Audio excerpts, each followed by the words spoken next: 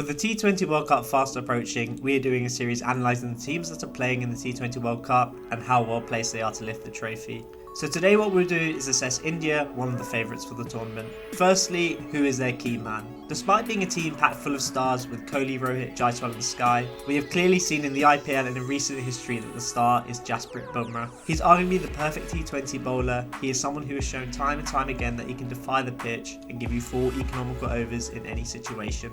Now let's talk about the general strengths of the team. 1. There's a good mixture of aggression and experience up top, with Rohit being more aggressive these days despite a poorish IPL, and Jaiswal always being like that. India have 2 openers who will take the game to the opposition in the power play. This is backed up by Kohli, who despite talk of his strike rate had a fantastic IPL and again has the experience and know how to win big games for India and can anchor any chasers. 2.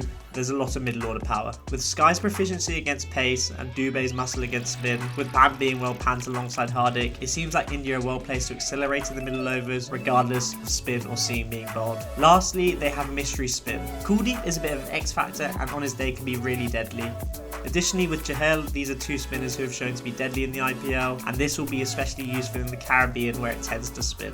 Now, what are the weaknesses of this India team? 1. A lack of a finisher. A lot has been made of Rinku Singh being left out of the side, as he was one player who can be the finisher and has been consistent at this in the IPL. Whilst not terrible relying on Pant and Pandya, I think having someone who is a specialist can be useful in tight games. 2.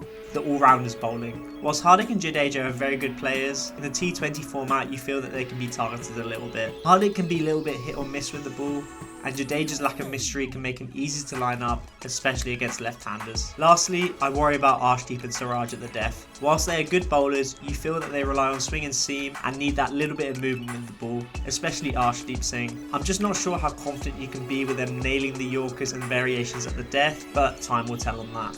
So what do India actually need to do to have a really good World Cup and potentially win?